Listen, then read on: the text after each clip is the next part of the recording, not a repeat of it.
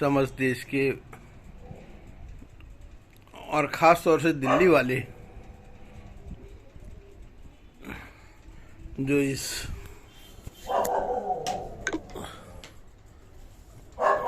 राष्ट्र पर्व में हिस्सा ले रहे हैं, उनसे दो बातें कहना चाहूँगा।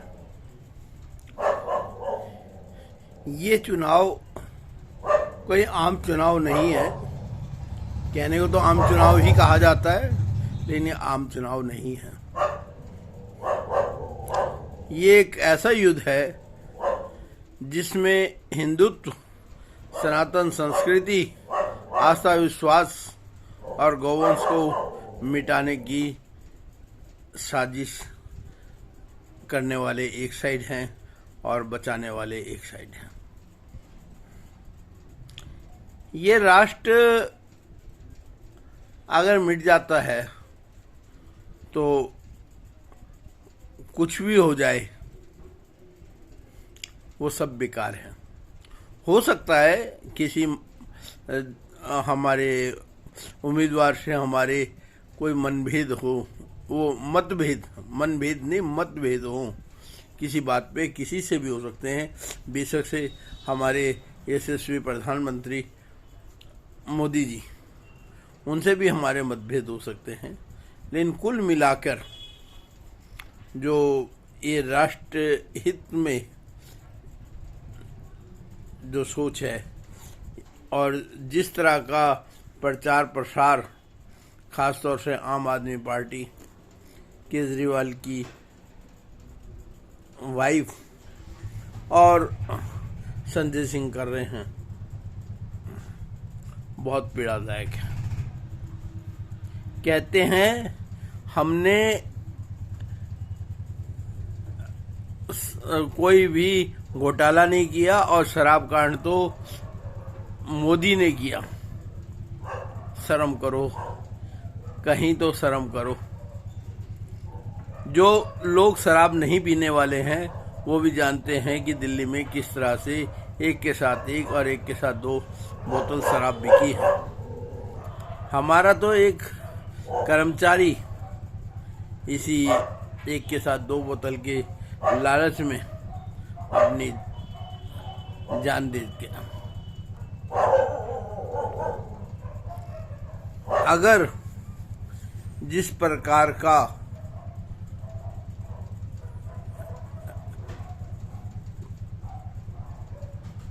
प्रचार और प्रसार हो रहा है और विदेशी फंडिंग से हिंदुस्तान को बर्बाद करने की कोशिश की जा रही है, बहुत ही निंदनीय है।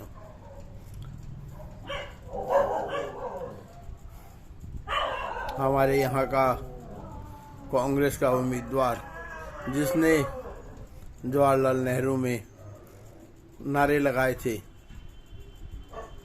भारत तेरे टुकड़े होंगे या इंशाअल्लाह इंशाअल्लाह, उसको उम्मीदवार बनाना ही स्पष्ट करता है कि इनकी क्या सोच है। ये हिंदुत्व, सनातन संस्कृति, आस्था, विश्वास और गौवंश को मिटाना चाहते हैं। मैं गौशाला चलाता हूँ, बहुत सारे लोगों को मालूम है, और हमारी 300 से ज़्यादा गौवंश को हमारे दिल्ली के इन्हीं मुहासे ने एक ऐसी गौशाला में भिजवा दिया जो कि जहाँ पर कि 3000 गायें हर महीने मर जाती हैं, जबकि हमारे द्वारा राष्ट्रपति और प्रधानमंत्री को स्पष्ट तौर पर लिखा गया कि अगर आपको ये जगह चाहिए हमें देने में कोई एतराज़ नहीं है, बस हम ये चाहते हैं कि या तो हमारे को 31 मार्च 2024 तक का समय दे दिया जाए या कोई और जगह दे दी जाए या जगह खरीदने के लिए सस्ते ब्याज पर पैसा दे दिया जाए। दोनों ही जगह से मुख्य सचिव दिल्ली और मुख्य सचिव उत्तर प्रदेश को लिखा गया कि इस पर कार्रवाई करें, और बहुत ही दुख के साथ कहना पड़ता है कि दोनों ही जगह से कोई भी सहायता नहीं मिली। शायद उन्हें कूड़े के ढेर में डाल दिया गया। और ये केजरीवाल को तो हमने बहुत करीब से देखा है, वो पूरी तरह से हिंदू विरोध, सनातन विरोध ही उसकी कार्य पद्धति है। सुनीता जी, सुनीता है जो भी है, मिसेस केजरीवाल जी, अनाप शनाप आरोप लगाना अच्छी बात नहीं है। एक इनकी और वो है मरलीना परलीना जो भी है, वो भी बहुत बोलती है। अगर हिम्मत है, जहां मर्जी और जब मर्जी आओ और मेरे से बहस करो, और जीत जाओ तो मुझे जो है वहीं पर सरेआम फांसी पर लटका देना। तुम राजीव दीक्षित की हत्या कर या हत्या करवा कर और उन्हीं के सब जो मुद्दे थे उनको ले आप सत्ता में आए, लेकिन आप कभी भी कहीं से भी 1% भी राजीव दीक्षित बन ही नहीं सकते। शर्म करो,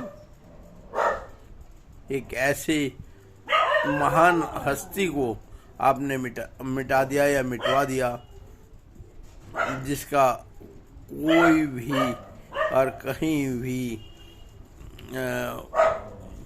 पूर्ति नहीं हो सकती। और हमने तो आपका साथ दिया, मैं संघ में और बीजेपी में होने के बावजूद मैं कहा नहीं नहीं, एक अच्छा आदमी आया है, चलो इसका साथ दे। लेकिन भगवान ने हमें बहुत बचाया। पहले इलेक्शन से पहले ही आपकी सारी असलियत मेरे सामने आ गई और हमने लिखित में बोला कि हम आपके साथ नहीं हैं, और हमने आपका पूरे क्षेत्र में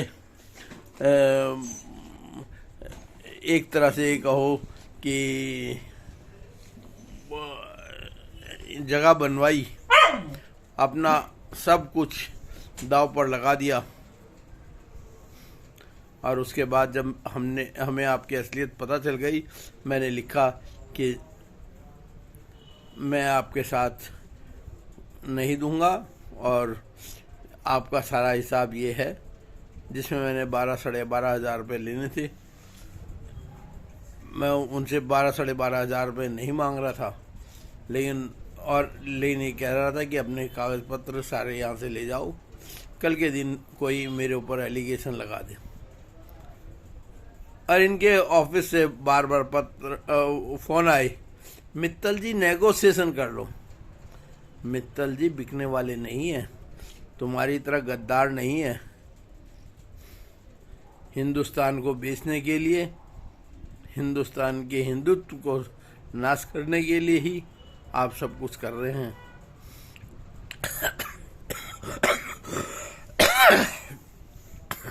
जिन रोहिंग्याओं को मार के भगाया गया था और किसी मुसलमान देश ने अपने पास नहीं रखा, उनको आपने छाती से लगाया, उनको बसाया, उन्हें सब कुछ दे रहे हैं। क्यों भाई, आज तक कभी हुआ है क्या? वक्फ बोर्ड को जितना पैसा आपने दिया है, बीजेपी की तो छोड़ दो, चलो कांग्रेस का ही बता दो आप, कांग्रेस ने कब और कहां पर शीला दीक्षित ने पैसा दिया? और आप वही सब उल्टे काम कर रहे हैं जो वो लोग करते रहे हैं। एक तरफ कहते हैं बिजली पानी फ्री, और दूसरी तरफ उल्टे सीधे बिल भेजते हैं, कोई सुनवाई नहीं। मेरा खुद कई साल से वही जो शीला दीक्षित के समय हुआ था कि हाँ जी आपका मीटर खराब है। अरे मीटर खराब है तो बदलवा दो ना भाई। आप अनाप शनाप बिल बनाए जाओगे, उससे क्या होगा? शायद आपकी एक शीश महल और तैयार हो जाए। और आपके जो है वो आपको तो करोड़ों अरबों रुपए चाहिए। मेरे 30 40 50 हज़ार रुपये से अगर आपका शीश महल बनता है तो बनवा लो आप। मैं तो कहीं से भीख मांग के भी आपको दे दूंगा। मेरे सभी मतदाताओं से हाथ जोड़कर अपील है कि अपने वोट को खराब ना करें, किसी गद्दार को मत दें। किसी भी गद्दार को अगर आप देते हैं तो आप राष्ट्रद्रोह में शामिल होंगे। हमारे कहीं पे भी मतभेद हो सकते हैं, लेकिन राष्ट्रहित सबसे बड़ा है। मेरे गुरुदेव श्री पवन सिन्हा जी ने हमें बार बार सिखाया है कि राष्ट्रहित सर्वोपरि है। इसीलिए हमने गौशाला बनाई जिसमें राष्ट्रहित और गौ माता के हित में हमने काम किया। और राजीव दीक्षित को अपना प्रेरणा स्रोत समझते हुए उनके बताए रास्ते पर ले जाकर लोगों के घर से बीमारियों को दूर किया और बच्चों को अच्छा भविष्य देने की कोशिश की है। और अगर अब भी हमारी कोशिश है और हमारी गौशाला जहाँ तक है ठीक है, हमारे को जो बेशक से सरकार कोई भी मदद ना करे, लेकिन गैया तो जो हमारे ठाकुर जी की हैं वो मदद करेंगे। और जो लोग नहीं कर रहे हैं वो पछताएंगे कि आपने क्या किया। फिर से एक बार निवेदन है कि अगर मोदी जी 450 सीटें भी ले आते हैं और दिल्ली से एक सीट भी ये गद्दार, ये देश तोड़ने वाले किसी तरह से भी ले जाते हैं तो ये इनकी बहुत बड़ी जीत होगी। सुनो, समझो और सुधर जाओ।